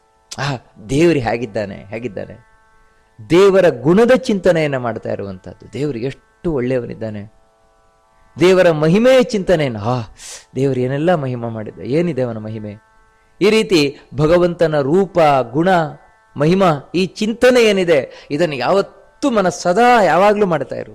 ಅಂದ್ರೆ ನೀನು ಉಳಿದದ್ದು ಏನು ಮಾಡಬೇಕಾದ್ರೂ ಕೂಡ ಅದನ್ನ ಕಡೆಗೆ ಇಲ್ಲಿಗೆ ತಗೊಂಬ. ಅದೇ ಹಿಂದೆ ಹೇಳಿದ್ರು, ಪರಗೋಸ್ಕರ ಚಿಂತನೆ ಮಾಡುವಂತ ಹಿತಂ ಪರಸ್ಮೈ ಹೃದಯ ಚಿಂತೆಯೇತ ಅಂತ ಹೇಳಿದ್ಲು. ಅಂತ ಹೇಳಿದ್ರೆ ಪರರಿಗೆ ಹಿತವನ್ನ ಮನಸ್ಸಿನಲ್ಲಿ ನೀನು ಯೋಚನೆ ಮಾಡ್ತಾ ಇರು ಅಂತ. ಆದ್ರೆ ಇಲ್ಲಿ ಹೇಳ್ತಾಳೆ ಸದಾ ಮುರಾರಿ ಹೃದಯ ಚಿಂತೆಯೇತ, ಯಾವಾಗ್ಲೂ ಮುರಾರಿಯನ್ನು ಚಿಂತನೆ ಮಾಡು. ಹಾಗಿದ್ರೆ ಆ ಚಿಂತನೆ ಬೇಕೋ ಬೇಡವೋ? ಇನ್ನೊಬ್ರಿಗೆ ಒಳ್ಳೇದು ಮಾಡೋದಾಗಪ್ಪ, ನನ್ನಿಂದ ಯಾವತ್ತೂ ಇನ್ನೊಬ್ರಿಗೆ ಒಳ್ಳೇದಾಗಬೇಕು, ಈ ರೀತಿ ಬಯಸ್ಬೇಕಾ? ಅದು ಬರೀ ಚಿಂತನೆ ಮಾಡ್ಕೊಂಡು ಕೂತಿರೋದ? ಹಾ, ದೇವರ ಚಿಂತನೆ ಯಾವತ್ತೂ ಬೇಕು. ಹೇಗೆ ಅಂತ ಹೇಳಿದ್ರೆ, ಇನ್ನೊಬ್ಬರಿಗೆ ನಾನು ಒಳ್ಳೆಯದನ್ನ ಮಾಡಬೇಕು. ಯಾಕಂದ್ರೆ ಅದರಿಂದ ಭಗವಂತ ಸಂತೃಪ್ತನಾಗ್ತಾನೆ. ನೋಡಿ, ಈ ರೀತಿ ಯಾವತ್ತೂ ಮನಸ್ಸಿನಲ್ಲಿ ಭಗವಂತನ ಚಿಂತನೆ ಅಂತ ಹೇಳಿದ್ರೆ, ನಾನು ಏನು ಮಾಡ್ತೇನೆ ಎಲ್ಲವೂ ಭಗವಂತನಿಗೋಸ್ಕರ, ಆ ದೇವರಿಗೋಸ್ಕರ.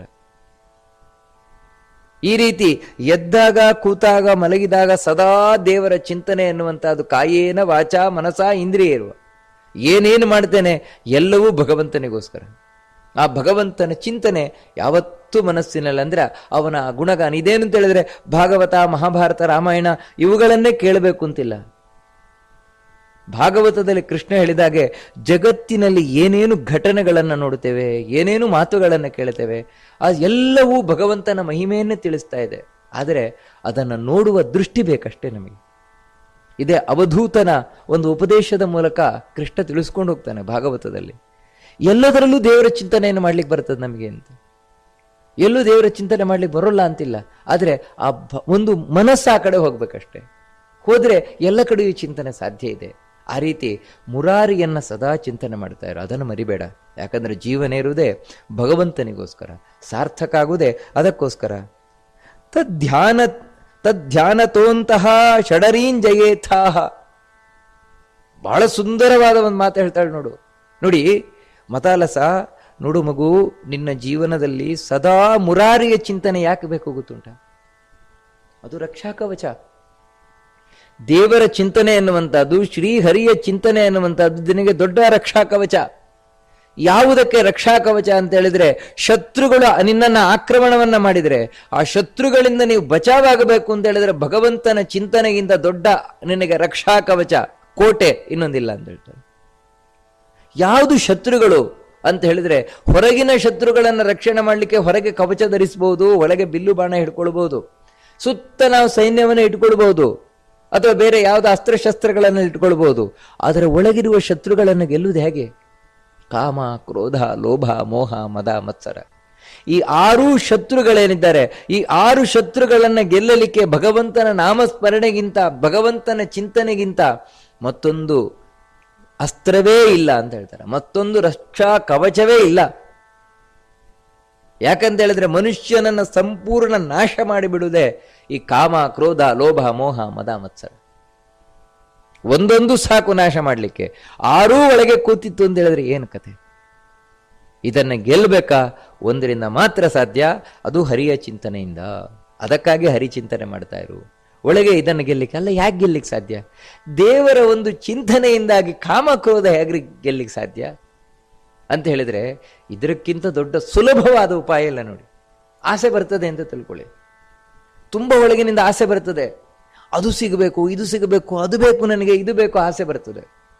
ಯಾವಾಗ ದೇವರ ಚಿಂತನೆ ಇರ್ತದೆ ನೋಡಿ ಒಳಗೆ, ದೇವರ ನೆನಪಿದ್ದಾಗ ಕೂಡ್ಲೆ ಆ ಮನಸ್ಸಿಗೆ ಬುದ್ಧಿ ಹೇಳುತ್ತದೆ, ನೋಡು ನೀನು ಅಸ್ವತಂತ್ರ, ದೇವರು ಸ್ವತಂತ್ರ. ಅವನಿಗೆ ಇಚ್ಛಿಸಿದಾಗೆ ಆಗುವುದೇ ಹೊರತು ನೀನು ಇಚ್ಛಿಸಿದಾಗ ಅಲ್ಲ. ಅದರಿಂದ ಅವನಿಗೆ ನಿನಗೆ ಈ ವಸ್ತು ಕೊಡಬೇಕು ಅಂತಿದ್ರೆ ಕೊಟ್ಟೆ ಕೊಡ್ತಾನೆ. ಇಲ್ವಾ, ನೀನು ಏನು ತಿಪ್ಪರ ಲಾಗ ಹಾಕಿದ್ರೆ ಸಿಗೋಲ್ಲ, ಸುಮ್ಮನೆ ಕೂತ್ಕೋದು. ನೋಡಿ ಮನಸ್ಸಿಗೆ ಎಷ್ಟು ಚಂದ ಬುದ್ಧಿ ಉಪದೇಶ ಕೊಡ್ತು ಅಂತ ಹೇಳಿದ್ರೆ, ಮನಸ್ಸಲ್ಲಿಗೆ ತಣ್ಣಗಾಗ್ಬಿಡ್ತದೆ. ಆ ಆಸೆಯನ್ನ, ಹೌದಲ್ವಾ, ದೇವರು ಕೊಟ್ರೆ ಸಿಗ್ತದೆ ನನಗೆ. ಆ ರೀತಿ ಆಸೆ ಏನಿದೆ ನೋಡಿ, ಆಸೆ ಎಷ್ಟು ಬೇಗ ತಣ್ಣಗಾಯ್ತು. ಇದೇ ಆಸೆ ಇಷ್ಟು ನಮಗೆ ದೇವರ ಚಿಂತನೆ ಒಂದು ಇಲ್ಲದೆ ಇದ್ರೆ, ಇದೇ ಆಸೆ ಅವನನ್ನ ಸಾವಿನ ತನಕವೂ ಕರ್ಕೊಂಡು ಹೋಗ್ಬಿಡ್ತದೆ. ಇಲ್ವಾ, ಹೌದು, ದೇವರು ಕೊಟ್ರೆ ನನಗೆ ಸಿಕ್ಕೇ ಸಿಗತ್ತೆ ಅಂದ್ರೆ ನೋಡಿ, ಈ ರೀತಿ ದೇವರ ಚಿಂತನೆ ಅಂದ್ರೆ ಒಳಗೆ ಬರಬೇಕಾದದ್ದು ಹೀಗೆ. ದೇವರು ನನಗೆ ಇಲ್ಲಿ ಯಾವುದನ್ನ ಕೊಡಬೇಕು ಅಂತ ಇಚ್ಛಿಸಿದಾನೆ, ನಾನಿಲ್ಲಿ ಹುಟ್ಟಿ ಬರಬೇಕಾದ್ರೆ ಅದೆಲ್ಲ ಬರೆದು ಬಿಟ್ಟಿದ್ದಾನೆ. ಈ ವಸ್ತು ಇವನಿಗೆ ಸಿಗಬೇಕು ಅಂತ. ಅದರಿಂದ ಯಾರು ಎಷ್ಟೇ ಪ್ರಯತ್ನ ಪಟ್ಟರೂ ಕೂಡ ಅವ್ರಿಗೆ ಸಿಗೋಲ್ಲ. ಅದು ನನಗೋಸ್ಕರವೇ ಕಾಯ್ತಾ ಕೂತಿರ್ತದದು. ನೋಡಿ ನಿಮಗೆ ಎಲ್ಲಿವರೆಗೆ ಅಂತ ಹೇಳಿದ್ರೆ, ಒಬ್ಬ ಹುಡುಗನಿಗೆ ಒಂದು ಹುಡುಗಿ, ಒಂದು ಹುಡುಗಿಗೆ ಹುಡುಗ ದೇವರು ಹುಟ್ಟುವಾಗಲೇ ಬರೆದು ಬಿಟ್ಟಿದ್ದಾನೆ. ಅದರಿಂದಾಗಿ ಆ ಹುಡುಗಿ ಎಷ್ಟು ಹುಡುಗರನ್ನು ನೋಡಿದ್ರೆ ನನಗೆ ಬೇಡ ಬೇಡ ಬೇಡ ಅಂತ ಹೇಳ್ತಾಳೆ, ನನಗೆ ಇವನೇ ಬೇಕು. ಅಥವಾ ನೋಡಿ, ಅವನನ್ನು ನೋಡುವ ತನಕವೂ ಅವಳು ಬೇರೆ ಯಾರನ್ನೂ ಇಷ್ಟಪಡೋಲ್ಲ. ಇವನು ನೋಡಿಕೊಳ್ಳಿ, ಇವನೇ ನನಗೆ ಆಗ್ಬೋದು, ಇವನ ಮದುವೆ ಆಗಿ. ಆ ಹುಡುಗನಿಗೂ ಅಷ್ಟೇ. ಯಾಕಂದ್ರೆ ದೇವರು ಬರೆದು ಬಿಟ್ಟಿದ್ದಾನೆ. ಅದರಿಂದಾಗಿ ಬೇರೆ ಯಾರು ಅದನ್ನು ತಗೊಳ್ಳಿಕ್ಕೆ ಆಗುವುದೇ ಇಲ್ಲ. ಇದು ಒಂದು ಉದಾಹರಣೆ ಅಷ್ಟೇ. ಆ ರೀತಿ ಪ್ರತಿಯೊಂದು ಕೂಡ ದೇವರಲ್ಲಿ ಅವರವರಿಗೆ ಏನೇನು ಸಿಗಬೇಕೋ ಬರೆದು ಬಿಟ್ಟಿದೆ. ನಮಗದು ಸಿಕ್ಕೇ ಸಿಗತ್ತೆ. ನನಗೆ ಬರೀಲಿಲ್ವಾ, ಏನು ಮಾಡಿದ್ರೆ ಸಿಗೋಲ್ಲ. ಇದೇ ಉಪನಿಷತ್ತಿನ ಸಂದೇಶ ಇದು. ತೇನ ತ್ಯಕ್ತೇನ ಭುಂಜೀಥಾಹ ಮಾಗೃದ ಕಸ್ಯ ಸ್ವಿಧನಂ ಅಂತ. ಆಸೆ ಅನ್ನದಷ್ಟು ಬೇಕು. ಕ್ರೋಧ, ಸಿಟ್ಟು. ಸಿಟ್ಟನ್ನು ಗೆಲ್ಲುವುದು, ಆಸೆ ಗೆದ್ದ ಮೇಲೆ ಸಿಟ್ಟು ಗೆಲ್ಲುವುದೇನು ದೊಡ್ಡದು? ಯಾಕಂದ್ರೆ ನೋಡಿ, ಸಿಟ್ಟು ಒಳಗಿನಿಂದ ಹುಡ್ಕೊಂಬಂದು ಬಿಡುತ್ತೆ ಅಂತ ತಿಳ್ಕೊಳ್ಳಿ. ಸಿಟ್ಟು ಮೇಲಕ್ಕೆ ಬಂದಾಗ ನಾವು ಯಾವಾಗ ಈ ಸಿಟ್ಟಿಗೆ ಮುಖ್ಯ ಕಾರಣ ಏನು ಅಂತ ಹೇಳಿದ್ರೆ, ನಾನು ಸ್ವತಂತ್ರ ಎನ್ನುವ ಭಾವನೆ ಒಳಗೆ ಬರೋದು. ಯಾವಾಗ ನಾನು ಅಸ್ವತಂತ್ರ, ಅಯ್ಯೋ ದೇವ್ರಿ ಇಚ್ಛಿಸಿದ್ರೆ ನಾನು ಏನಾದರೂ ಮಾಡ್ಲಿಕ್ಕಾಗತ್ತೆ, ಇಲ್ಲದ್ರೆ ನನಗೇನು ಮಾಡ್ಲಿಕ್ಕಾಗತ್ತೆ, ನನಗೇನು ಮಾಡ್ಲಿಕ್ಕಾಗೋಲ್ಲ, ನಾನು ಅಸ್ವತಂತ್ರ ಅಂತ ಯಾವಾಗ ಮನಸ್ಸಿನಲ್ಲಿ ಗೊತ್ತಾಯ್ತು, ಕೋಪ ಅಲ್ಲಿಗೆ ಇಳಿದೋಗ್ತದೆ. ಲೋಭ, ಮೋಹ, ಮದ, ಮತ್ಸರ ಪ್ರತಿಯೊಂದು ಕೂಡ ದೇವರ ಚಿಂತನೆಯಿಂದ ಚೆನ್ನಾಗಿ ಬಿಡ್ಲಿಕ್ಕೆ ಸಾಧ್ಯ ಉಂಟು. ಪ್ರತಿಯೊಂದನ್ನು ಬಿಡ್ಲಿಕ್ಕೆ ಸಾಧ್ಯ ಉಂಟು. ಅದರಿಂದಾಗಿ ನೀನು ಭಗವಂತನ ಚಿಂತನೆಯನ್ನು ಮಾಡು. ನಿನ್ನ ಒಳಗಿರುವ 6 ಶತ್ರುಗಳನ್ನು ಗೆಲ್ಲು ಮಗು. ಮಾಯಾಂ ಪ್ರಬೋಧೇನ ನಿವಾರಯೇಥಾಹ ಹೇ ನಿತ್ಯತಾಮೇವ ವಿಚಿಂತಯೇಥಾಹ. ಮನುಷ್ಯನಿಗೆ ಏನಾಗುತ್ತೆ ಅಂದ್ರೆ, ದಿನ ದಿನ ದಿನ ಕಳೆದ ಹಾಗೆ ದೊಡ್ಡದು ಆಗ್ತಾ ಹೋಗ್ದಾಗೆ ಗೊತ್ತಿಲ್ಲದಂತೆಯೇ ಅವನೊಂದು ಪಾಶದಲ್ಲಿ ಸಿಗ್ತಾ ಇರ್ತಾನೆ. ಜಾಲ, ಒಂದು ಮಾಯಾ ಜಾಲದಲ್ಲಿ ಸಿಗ್ತಾ ಇರ್ತಾನೆ. ಒಂದು ಬಲೆಯಲ್ಲಿ ಸಿಕ್ಕಿ ಬೀಳ್ತಾ ಇರ್ತಾನೆ. ಅದು ಯಾವ ಬಲೆ ಅಂದ್ರೆ ಮಾಯಾ ಬಲೆ. ಮಾಯೆಯ ಬಲೆಯಲ್ಲಿ ಸಿಕ್ಕಾಕೊಳ್ತಾ ಇರ್ತಾನೆ. ಅದ್ರ ಬಲೆ ಅಂತ ಹೇಳಿದ್ರೇನಿಲ್ಲ, 100 ಹಗ್ಗಗಳು ಒಟ್ಟಿಗೆ ಹೆಣೆದುಕೊಂಡಿರುವುದೇನಿದೆ, ಯಾವುದರಿಂದ ನಮಗೆ ಬಿಡಿಸಿಕೊಳ್ಳಿಕ್ಕೆ ಆಗುವುದಿಲ್ಲ, ಅದನ್ನೇ ನಾವು ಬಲೆ ಎಂದು ಕರೆಯುವಂಥದ್ದು. ಬಲೆಯಲ್ಲಿ ಇನ್ನೇನಿರಲ್ಲ, 100 ಹಗ್ಗಗಳೇ ಇರುವುದು, ಒಂದಕ್ಕೊಂದಕ್ಕೆ ಹೆಣ್ಕೊಂಡಿರ್ತದೆ. ಮಾಯೆ ಎನ್ನುವುದು ಹಾಗೇನೆ ನೋಡಿ. ಮಾಯೆ ಎನ್ನುವುದು ಕೂಡ ಒಂದೊಂದು ಹಗ್ಗ ಒಂದಕ್ಕೊಂದಕ್ಕೆ ಅಂಟುಕೊಂಡಿದೆ. ಏನು ಅಂತ ಹೇಳಿದ್ರೆ, ಇದು ಅಟ್ಯಾಚ್ಮೆಂಟ್ಗಳು. ಅಯ್ಯೋ ನನ್ನಮ್ಮ, ಅಯ್ಯೋ ನನ್ನಪ್ಪ, ಅಯ್ಯೋ ನನ್ನ ಗಂಡ, ಅಯ್ಯೋ ನನ್ನ ಹೆಂಡತಿ, ಅಯ್ಯೋ ನನ್ನ ಮಕ್ಕಳು, ನನ್ನ ದುಡ್ಡು, ನನ್ನ ಆಸ್ತಿ, ನನ್ನ ಮನೆ, ನನ್ನವರು, ಇವ್ರು ನನ್ನವರು, ಇದು ನಂದು. ಈ ರೀತಿ ಪ್ರತಿಯೊಂದು ನಂದು ಅಂತ ಹೇಳಿದೆ. ಈ ನನ್ನದು ಎನ್ನುವುದು ಒಂದೊಂದೂ ಕೂಡ ಒಂದೊಂದು ಹಗ್ಗ, ಒಟ್ಟಿಗೆ ಎಲ್ಲವೂ ಸೇರಿ ಒಂದು ಬಲೆ. ಈ ಮಾಯಾ ಬಲೆಯಲ್ಲಿ ಸಿಕ್ಕಾಕೊಂಡ್ಬಿಡ್ತಾನೆ ಮನುಷ್ಯ. ಬಿಡಿಸ್ಕೊಂಡು ಬರ್ಲಿಕ್ಕಾಗೋಲ್ಲ. ನಿಮಗೇನು ಅಂತ ಹೇಳಿದ್ರೆ, ಎಷ್ಟು ಕೇಳಿದ್ರು ಕೂಡ, ಇವಾಗ ಇಷ್ಟೆಲ್ಲ ಕೇಳ್ತೇವೆ, ಕೇಳಿ ಗೊತ್ತಾಗ್ತದೆ, ಹೌದು ಇವ್ರು ಯಾರು ನನ್ನೊಟ್ಟಿಗೆ ಬರೋಲ್ಲ, ಹೋಗ್ಬೇಕಾದ್ರೆ ನಾನೊಬ್ಬನೇ ಹೋಗುವವನು. ಇಷ್ಟು ಗೊತ್ತಾದ್ರೂ ಕೂಡ ಮನಸ್ಸು ಚಿಂತನೆ ಮಾಡೋದು ಅವ್ರ ಬಗ್ಗೆನೆ, ಮಕ್ಕಳ ಬಗ್ಗೆನೆ, ಗಂಡನ ಬಗ್ಗೆನೆ, ಹೆಂಡತಿ ಬಗ್ಗೆನೆ, ಇದರ ಬಗ್ಗೆನೇ ಚಿಂತನೆ ಮಾಡುತ್ತದೆ ಹೊರತು ಇದಕ್ಕಿಂತ ಹೊರತಾಗಿ ಬೇರೆ ಇದನ್ನು ಚಿಂತನೆ ಮಾಡಲ್ಲ. ನನ್ನವರು ಅಂತ ಹೇಳಿದ್ರೆ ನನ್ನ ಮನಸ್ಸಿನಲ್ಲಿ ಬರುವುದು ಇವರೇ. ಇದಕ್ಕೇನು ಕಾರಣ? ಇದೇ ಮಾಯಾ ಅಂತ ಕರೆಯುವಂಥದ್ದು. ಯಾವುದು ನನ್ನದಲ್ವೋ ಅದನ್ನು ನಂದು ಅಂತ ಭ್ರಮಿಸುವಂಥದ್ದು, ಯಾವುದನ್ನು ನಾನೇ ಮಾಡ್ತಾ ಇಲ್ವೋ ಅದನ್ನು ನಾನೇ ಮಾಡ್ತಾ ಇದ್ದೇನೆ ಅಂತ ತಿಳ್ಕೊಳ್ಳುವಂಥದ್ದು, ಸ್ವತಂತ್ರವಾಗಿ ನಾನೇ ಮಾಡ್ತಾ ಇದ್ದೇನೆ ಅಂತ ತಿಳ್ಕೊಳ್ಳುವಂಥದ್ದು. ಇದು ಮಾಯಾ. ಈ ಮಾಯೆ ಏನಿದೆ, ಈ ಮಾಯೆಯನ್ನು ದಾಟುವುದು ಹೇಗಂತ ಹೇಳಿದ್ರೆ, ಅದನ್ನು ಬಹಳ ಸುಂದರವಾಗಿ ಹೇಳ್ತಾಳೆ. ಈ ಮಾಯೆಯನ್ನು ದಾಟಬೇಕು ಅಂತ ಹೇಳಿದ್ರೆ ಯಾವತ್ತೂ ಜ್ಞಾನ ಸಂಪಾದನೆ ಮಾಡಬೇಕು ಅಂತ. ಈಗ ಈ ಜ್ಞಾನ ಏನಿದೆ, ನಾವು ಮಾರ್ಕಂಡೇಯ ಪುರಾಣ ಇರ್ಬೋದು, ಮಹಾಭಾರತ, ರಾಮಾಯಣ, ಯಾವುದೇ ಜ್ಞಾನ ನಮಗೇನು ಮಾಡ್ತದೆ ಅಂತ ಹೇಳಿದ್ರೆ, ಈ ಜಗತ್ತಿನ ಅಟ್ಯಾಚ್ಮೆಂಟ್ ಅನ್ನು ಕಳಚುತ್ತಾ ಬರ್ತದೆ ನಮಗೆ. ಹೇಗೆ ಅಂತ ಹೇಳಿದ್ರೆ, ನಿಜ ಏನು ತಿಳಿತದೆ ನಮಗೆ. ಅಲ್ಲಿ ತನಕ ನಿಜವೇ ಗೊತ್ತಿರೋಲ್ಲ, ನಿಜವಾದ ಸತ್ಯ ಏನು ಅಂತಾನೆ ಗೊತ್ತಿರೋಲ್ಲ. ಮತ್ತೇನಂದ್ರೆ, ಈ ಅಸತ್ಯವನ್ನೇ ಸತ್ಯ ಅಂತ ತಿಳ್ಕೊಂಡು ಬಿಡ್ತೇವೆ. ಓ ಇವರೇ ನನ್ನವರು, ಯಾವತ್ತೂ ನನ್ನೊಟ್ಟಿಗೆ ಇವರೇ ಇರುವವರು, ಈ ರೀತಿ ತಿಳ್ಕೊಂಡಿರ್ತೇವೆ. ಆದರೆ ಯಾವಾಗ ಗೊತ್ತಾಗುತ್ತೋ, ಓ ಇದೆಲ್ಲ ಅನಿತ್ಯವಾದದ್ದು, 4 ದಿನದ ಬಾಳು, ನಂತರ ಯಾರೂ ಇಲ್ಲ. ಋಣಾನುಬಂಧ ರೂಪೇಣ ಪತಿಪತ್ನಿ ಸುತಾಲಯ ಅಂತ ಹೇಳಿದಾಗೆ ಋಣ ಇದ್ದಷ್ಟು ಕಾಲ ಅಷ್ಟೇ. ಇದು ಯಾವಾಗ ಗಟ್ಟಿ ಆಗ್ತಾ ಹೋಗ್ತದೆ, ಅವಾಗ ಏನಂದ್ರೆ ಅಟ್ಯಾಚ್ಮೆಂಟ್ ಕಮ್ಮಿ ಆಗ್ತಾ ಬರ್ತದೆ. ಹೀಗೆ ಮಾಯೆಯನ್ನ ಗೆಲ್ಲಬೇಕು ಅಂತ ಹೇಳಿದ್ರೆ, ಯಾವುದು ನಮ್ಮನ್ನ ಇಲ್ಲಿ ಕಾಡಿಸ್ತಾ ಇದೆ, ದುಃಖ ಪಡಿಸ್ತಾ ಇದೆ, ಕಡೆಗೆ ಸಾಯುವ ಸಂದರ್ಭದಲ್ಲಿಯೂ ತುಂಬ ದುಃಖವನ್ನು ನಮಗುಂಟು ಮಾಡುತ್ತದೆ. ಬದುಕಿರುವಷ್ಟು ಕಾಲವೂ ನಮಗೆ ದುಃಖ ಉಂಟು ಮಾಡ್ತಾ, ಕಡೆಗೆ ಸಾಯುವಾಗಂತೂ ಕೂಡ ವಿಪರೀತ ದುಃಖ ಉಂಟು ಮಾಡುತ್ತದೆ. ಅಂಥ ಮಾಯೆ ಏನಿದೆ ಅದನ್ನು ಜ್ಞಾನದ ಮೂಲಕ ಗೆಲ್ಲು ಮಗು. ಬಹಳ ಸುಂದರವಾಗಿ ಉತ್ತರ ಕೊಡ್ತಾಳೆ, ಹೇಳ್ತಾಳೆ ಅವಳು. ಅದೇ ರೀತಿ ಅನಿತ್ಯತಾಮೇವ ವಿಚಿಂತಯೇಥಾಹ. ಇಲ್ಲಿ ಎಲ್ಲ ಸಂಬಂಧಗಳೇನೆ, ರಾಜ್ಯದಿಂದ ಹಿಡಿದು, ರಾಜ್ಯ ಇರಬಹುದು, ಹೆಂಡತಿ ಇರಬಹುದು, ಮಕ್ಕಳಿರಬಹುದು, ಎಲ್ಲರನ್ನ ಪ್ರೀತಿ ಮಾಡು. ಪ್ರೀತಿ ಮಾಡುವುದು ಯಾವತ್ತೂ ತಪ್ಪಲ್ಲ, ಆದರೆ ಸ್ನೇಹ ಬಂಧನ ಮಾತ್ರ ಇಟ್ಕೊಳ್ಬೇಡ ಅಂದರೆ ಬಿಡಲಾರದ ನಂಟು. ಅದು ಮಾತ್ರ ಯಾರೊಟ್ಟಿಗೂ ಇಟ್ಕೊಳ್ಬೇಡ. ಯಾಕಂತೇಳಿದ್ರೆ ನಿನ್ನ ಮನಸ್ಸಿನಲ್ಲಿ ಆ ವಸ್ತು ಹೋಗಬೇಕಾದ್ರೇ ನಿನ್ನ ಮನಸ್ಸೆಂಬ ಕಂಪ್ಯೂಟರಿಗೆ ಫೀಡ್ ಮಾಡಿಬಿಡು. ಏನಂತ ಹೇಳಿದ್ರೆ ಈ ವಸ್ತು ಟೆಂಪರರಿ, ಇದು ಪರ್ಮನೆಂಟ್ ಅಲ್ಲ. ಮೊದಲೇ ನೀನು ಅದಕ್ಕೆ ಫೀಡ್ ಮಾಡಿಬಿಡು ಮನಸ್ಸಿಗೆ. ಅವಾಗ ಏನಂತ ಹೇಳಿದ್ರೆ ಅದರ ವರ್ತನೆ ಟೆಂಪರರಿಗೆ ಸರಿಯಾಗೇ ಇರ್ತದೆ. ಹೇಗೆ ಅಂತ ಹೇಳಿದ್ರೆ ನಾವು ಒಂದು ಊರಿಗೆ ಹೋಗ್ತೇವೆ ಅಂತ ತಿಳ್ಕೊಳ್ಳಿ. ಊರಿಗೆ ಹೋದಾಗ ಅಲ್ಲಿ ಯಾವುದೋ ಒಂದು ಬಾಡಿಗೆ ರೂಮ್ ಮಾಡಿರ್ತೇವೆ, ಲಾಡ್ಜಲ್ಲೋ ಅಥವಾ ಎಲ್ಲೋ ಒಂದು ಛತ್ರದಲ್ಲೋ ಒಂದು ರೂಮ್ ಮಾಡಿರ್ತೇವೆ. ರೂಮ್ ಮಾಡಿದ್ರೆ ನಮ್ಮ ಮನಸ್ಸಿನಲ್ಲಿ ಮೊದಲು ಆ ರೂಮನ್ನು ಪ್ರವೇಶ ಮಾಡಬೇಕಾದ್ರೆ ನಾವು ಏನು ಫೀಡ್ ಮಾಡಿರ್ತೇವೆ ಅಂದ್ರೆ ಇಲ್ಲಿ 2 ದಿನ ಇರ್ಲಿಕ್ಕೆ ಮಾತ್ರ ಬಂದದ್ದು, ಇದು ಬಾಡಿಗೆ ರೂಮು, ಸ್ವಂತದ್ದಲ್ಲ.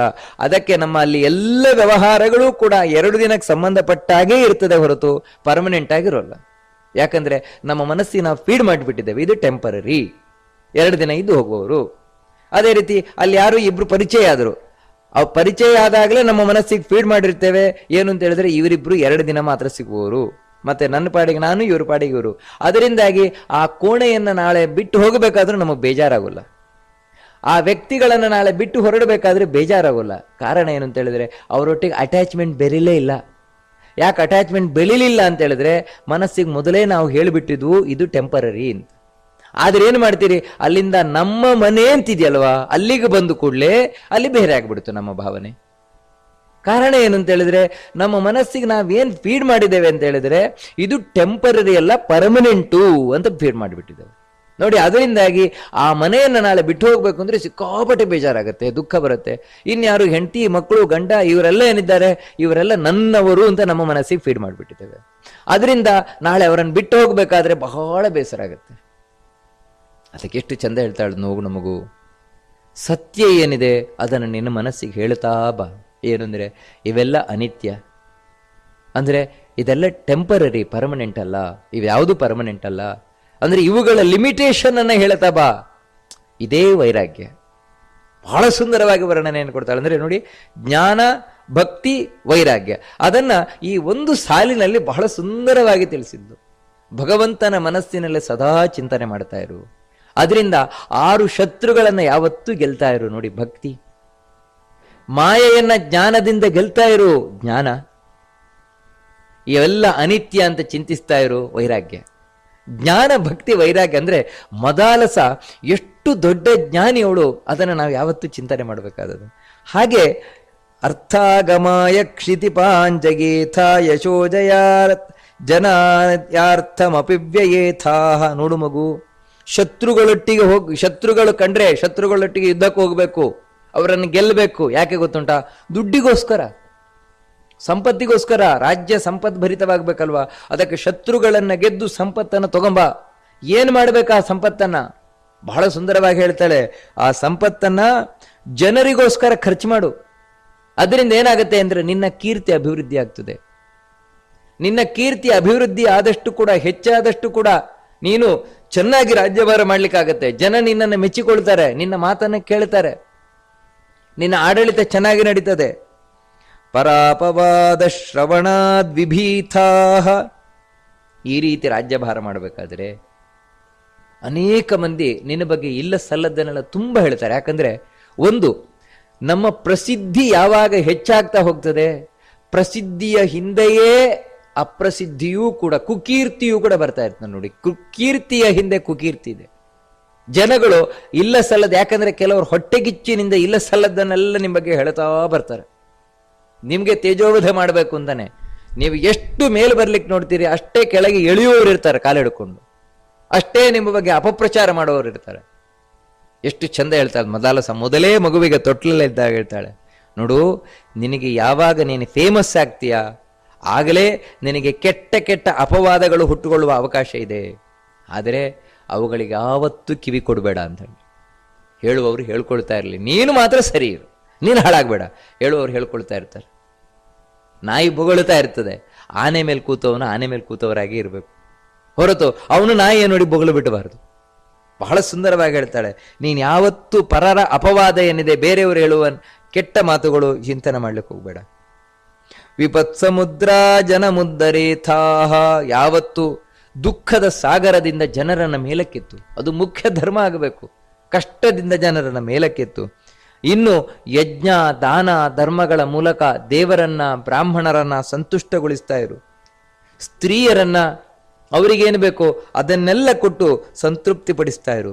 ಇಷ್ಟು ಹೇಳ್ತಾ ಇನ್ನೊಂದು ಹೇಳ್ತಾಳೆ ನೋಡಿ, ಜೀವನ ಎಷ್ಟು ಚಂದ. ಒಂದೇ ಮಾತಲ್ಲಿ ಹೇಳಿಬಿಡ್ತಾಳೆ, ಬಾಲ್ಯದಿಂದ ವೃದ್ಧಾಪ್ಯದವರೆಗೆ ಹಾಗೆ ಬದುಕಬೇಕು. ಒಂದೇ ಮಾತಲ್ಲಿ ಎಷ್ಟು ಚಂದ ಮದಾಲಸ ಹೇಳ್ತಾಳೆ ಅಂದ್ರೆ, ಬಾಲೋ ಮನೋನಂದಯ ಬಾಂಧವಾನ, ನೀನು ಪುಟ್ಟ ಮಗುವಾಗಿದ್ದಾಗ ನಿನ್ನ ತುಂಟಾಟಗಳಿಂದ ನಿನ್ನ ಮಾತುಗಳಿಂದ ತಂದೆ ತಾಯಿಯಂದಿರು ನಿನ್ನ ಬಂಧು ಬಾಂಧವರಿನವರಿಗೆ ಖುಷಿಯನ್ನು ಕೊಡು.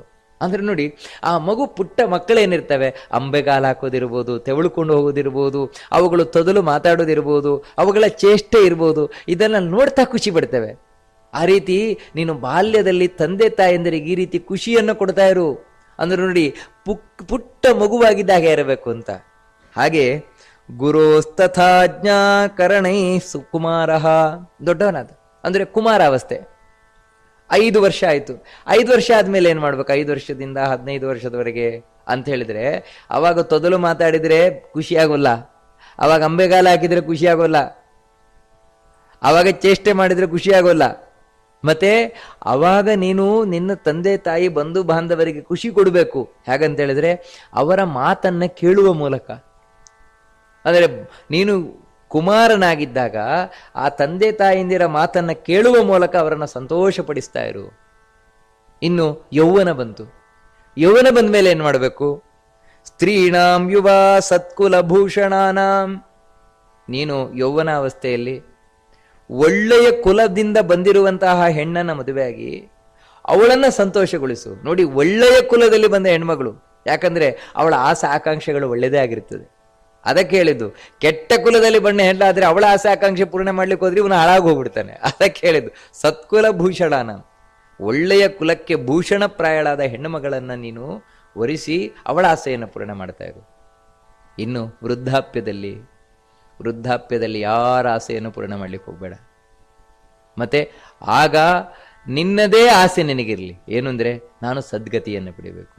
ಅದಕ್ಕೋಸ್ಕರ ವೃದ್ಧೋ ವನಂ ವತ್ಸ ವನೇ ಚರಣ, ಸೀದಾ ಕಾಡಿಗೆ ಹೋಗ್ಬಿಡು. ಕಾಡಿಗೆ ಹೋಗಿ ಕಾಡಿನಲ್ಲಿ ಭಗವಂತನ ಚಿಂತನೆ ಮಾಡ್ತಾ ಇದ್ಬಿಡು. ನಿನ್ನ ಜೀವನವನ್ನು ಸಾರ್ಥಕ ಮಾಡ್ಕೊ. ಅಂದ್ರೆ ಬಾಲ್ಯ, ಕೌಮಾರ, ಯೌವನ, ವೃದ್ಧಾಪ್ಯ ಹೇಗೆ ಕಳಿಬೇಕು, ಒಂದು ಮಾತಿನಲ್ಲಿ ಎಷ್ಟು ಚಂದ ಹೇಳಿದ್ಲು ಮದಾಲಸ. ಹೀಗೆ ತೊಟ್ಟಿಲನ್ನು ತೂಗುತ್ತಾ ಇದ್ದಾಳೆ. ಮಗುವಿಗೆ ಪ್ರತಿದಿನ